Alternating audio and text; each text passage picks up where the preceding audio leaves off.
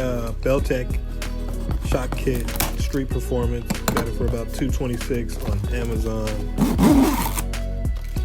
I'll put a link to it in the description of the video if you guys want to check it out.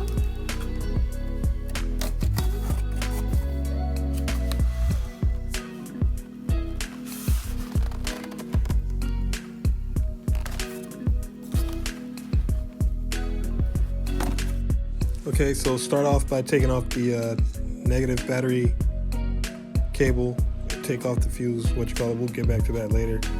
Raise up the back of the vehicle.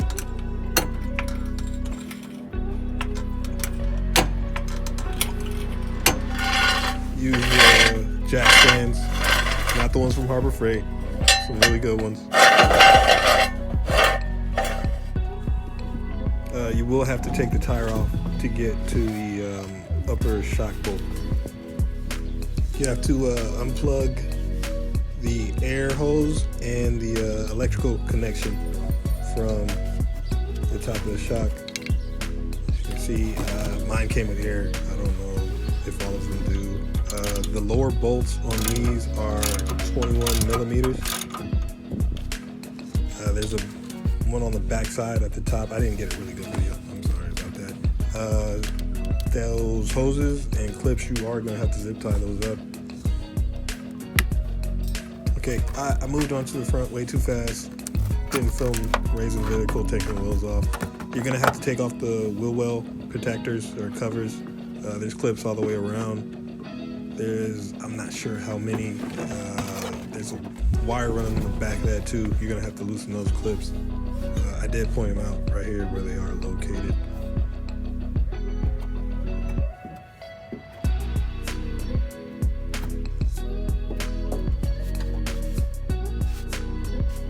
You start off at the top of the shock. You're going to get a 15 millimeter wrench, and I used an adjustable to hold the top to keep it from spinning. The bottom is a 21, just like the rear. For install, you want to start off with putting in the bottom bolt and tighten that up, hand tighten, keep it loose. Don't tighten it all the way. You're going to have to use your jack to jack up the lower control arm to raise the shock into the upper mounting hole so that you can tighten it up.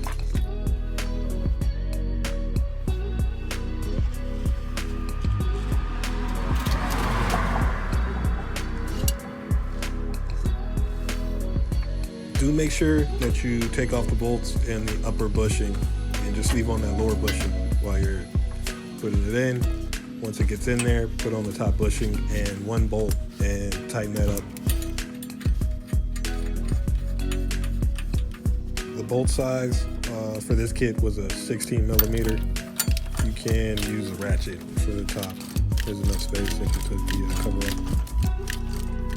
Like I said earlier, you will need zip ties, so go purchase them. Got these at Ross for about $5. Once you're finished zip tying those loose connections up, you're going to put the wheel well cover back on, put your wheels back on, go up to the top, go to the fuse box, look for the RTD fuse. It's a 30 amp fuse.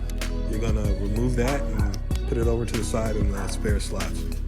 And once you're done with that, you can put the cover back on, place the negative battery cable back on, and you shouldn't get any codes. That's if your car came with air ride or ride control. I'm not sure exactly what it's called.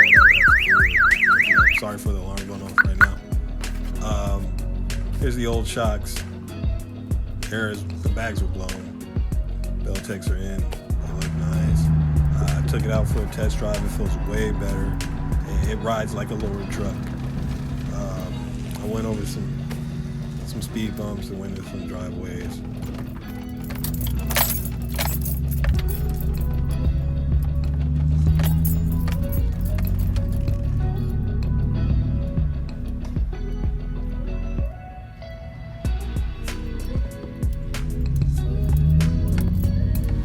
That's pretty much it. This is how it looks. I do have Belltech springs on the back, Belltech spindles on the front. I'll post a link to both of those for you.